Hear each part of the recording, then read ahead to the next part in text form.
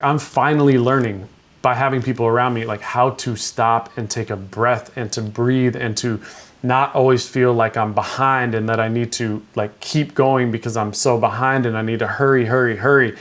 And that has been a slow but very wonderful journey of slowly but surely learning that I can still be productive and I can still have better rhythm.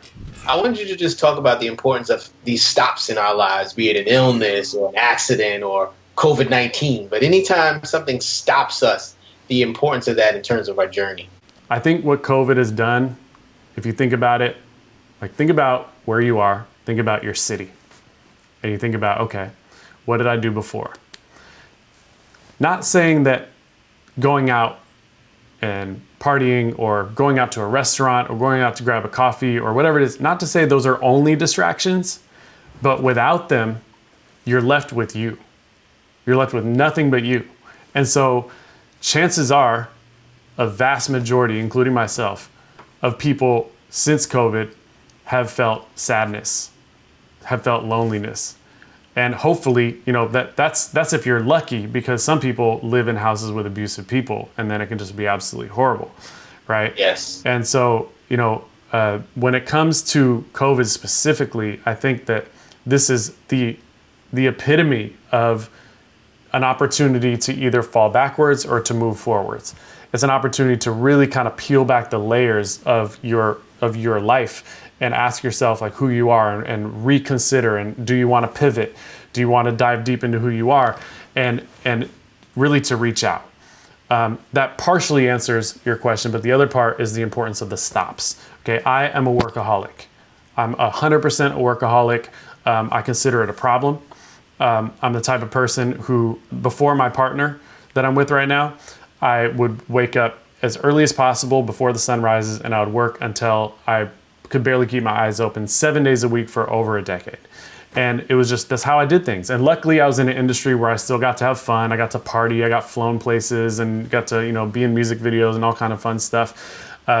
But it wore me down and I had no stops. And so the things like blacking out on the freeway, the things like, losing my voice were because I was doing what I thought I had to do, not what I deeply wanted to do and quote unquote knew wouldn't work, right? And so Yeah, right. I feel like one thing that really confused me was when I went into the ER and they rushed me into the room and they told me that I was probably having a stroke. And I was like, I think I was like 29. I was like, I'm 29, I'm having a stroke? What's going on? Luckily, I wasn't having a stroke. I was having just a bad panic attack. But I was thinking, how is it that for 2 weeks after that, my hands physically would not close on the wheel when I would get in the car to try to drive the car? They wouldn't close. And I was thinking, if this is in my brain, how is this like, I didn't realize that the brain is connected to the body by a thing called a neck, right? Right? And so, like go figure.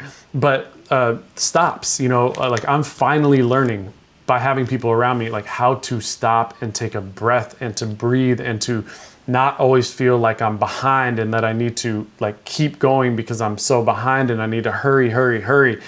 And that has been a slow but very wonderful journey of slowly but surely learning that I can still be productive and I can still have better rhythm. And so what I've been doing lately, and hopefully this can help some people that are listening if they are workaholics or if they spend, too much time not checking in with themselves and really just feeling into their bodies and making sure that they're in a good place before they start doing their thing, is that you break your day into different sections. And so what I do is I have a passion project that I do in the morning. I work on music till 11 a.m. A lot of times I won't even turn my phone on till 11. It's just like I'm working on music, me in the studio doing my thing till 11. Then when the alarm goes off at 11, I work from 11 to 5 o'clock working on my business. And then after 5 o'clock, I'm allowed to go have fun. I'm allowed to relax. I'm allowed to meditate, read a book, do whatever. And if I'm feeling super productive, I can keep working because I am a workaholic. But at the same time, I might want to, I'm working on some films too. So I might work with my video editor, or I might, go on a walk. And so even if I don't do those things exactly right, it's still the intention that's set into the day. And I think that's a big takeaway that people can have. It's like, I'm overwhelmed. I don't give myself enough time. Like, it's just a matter of time until a health issue occurs unless you allow yourself that balance. And so whatever it is that you can do, it's just like, I would challenge people to take a moment, maybe go on a little walk, or just like grab a little notepad and just take some notes, or even just talk to yourself into a voice recorder and say, hey, like if I were to do it, I'd say, hey, Nathen, all right, you're working too hard. You're just, you're in a position where, your health might be at risk if you don't just calm it down, take a breath. How can you fix this? And coach yourself. Like, the best coach in the whole world is yourself. And that's why I've become so addicted to this idea, healthily addicted to this idea of going on walks and speaking to myself in a voice recorder, because it allows you to get your thoughts out, and then you end up just making better decisions. Yeah, I find for me, that's how I connect best to my heart and my intuition, is, to your point, just talking. I often, if I have to write an article, I'll just talk it. I'll just kind of talk the article, because then it comes naturally. I don't get all up in my head and all this, keyboard's going crazy. Yeah. But walking and talking, really, I think it's a great tip. It helps people. Let me write that down. Put it in the show notes. Helps people get out of their head. And into their bodies. Yeah, and there's something interesting that happens. I just want to call something out. So when you've done this a few times during the episode, where I'll be talking, and you'll bring up like the heart, and that's something we've been talking about throughout the episode.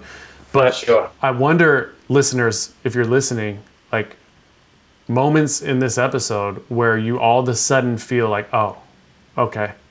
And you connect in and you're like, yeah, okay, got it, right? It's probably not when I'm spewing off, strategy and ideas. It's probably, when you hear one of us say something about heart, or connecting, or caring about yourself, or loving, or giving back.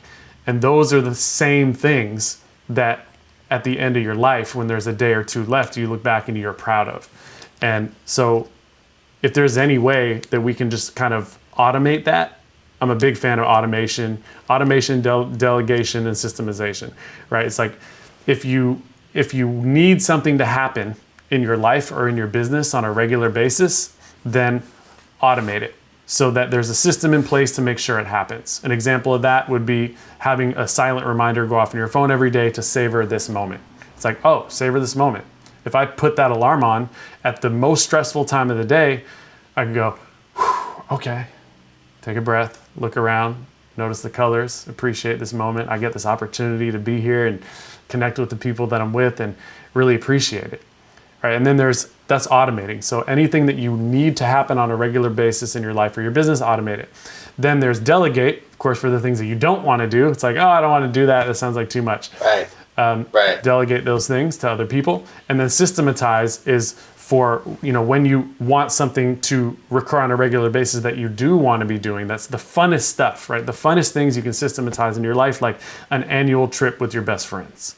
Like, it's better for it to be an annual trip than a once-off trip, because then you can build momentum. Or maybe, every Sunday you go hang out with your friends at a coffee shop, or you go on a walk.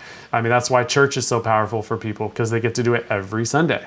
And so no matter what it is that you can build into your life and systematize something in your life, that has been, God, it's been so huge for me to just have some rhythm. And it's like the body likes it. It's like the body likes when you go to sleep at a certain time and knows what you're going to eat every day, and you're not kind of surprising it with new things. And the same thing goes for your emotions and your spiritual side and everything. It's like, give your body and your mind and your spirit some sense of rhythm so that it knows what to expect.